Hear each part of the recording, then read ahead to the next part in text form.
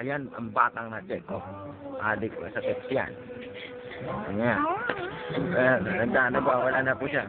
Nakita nyo, wala daw pong kwent na yung cellphone niya. Nakita nyo po yan na umiilaw pa. Nahagis ko na lang po yan. Namamalo pa po. Namamalo pa. Ayan, ayan, ayan. Check off na po siya. Kita po. Check operator ang nakasulat.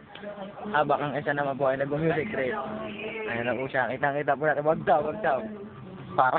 Parang iba. Wag kasi blow. Normal. Baboy daw. Hindi naman ako baboy. Isa. Nag-charge po siya kahit mga load. Makikita po natin. Ayan po. Maraas po ang laban. Binigising niya po si Ras. Ayan na po. Simpleng matulog. Ayan naman po isa. Oh, kasi naman. Tama pa daw po. Sa tawa ko. Well, nagtago lang po siya. Corny daw. Ayun na po, nakikita po. Para siya momo. Tago.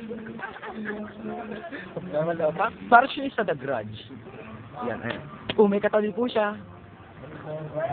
Ayan. At umiikot ang camera habang nagtatago o rugby girl sa to. Ayan po, ayan. Namamalo pa po. Kita mo siya sa camera. Adik pa mo. Aray. Habang isa po yung nag-aayos sa kanyang buhok. Ayan, music trip po yan. Ayan. Manulobat na po yan. Ayan po, The Grudge po ang dating. Ayan na naman. Sa dako. Ayan. Nice pose. Tawa naman po nagtawa to rugby girl na to. Or di na rugby tinira. Katol dahil wala rugby dito. Ang lakas mo ng kiliti niya. Ang lakas po. Aray. Hindi po malakas ang kiliti nito. Thank you.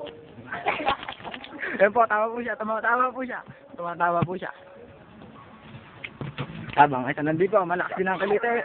Nadik rin po. Ayan po, aray, di na tunay. Ayan. Napalo po. Later action yun. Siya. Pampang ka pala. Ayan po, namalo po ang rugby girl.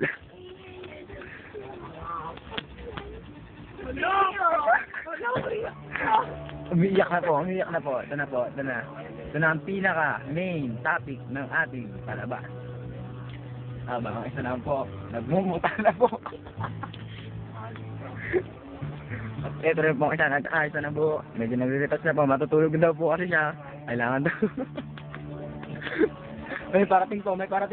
Nakikita. Lang kayo? Nice voice, Bethany. Tuliga namin, dalasan namin. Nanakawin daw po ng tarpaulin. Ayan. Napakaganda po nang nakikita natin dito. Sarap pagulungin. Salamat sa pulit ang lahat. At Telepon ko, check na. titingnan po natin kung po yung phone niya. Ayan po, namitingin ang kanyang phone. Sige, nakakita lang ganyan. Wala na? Wala na.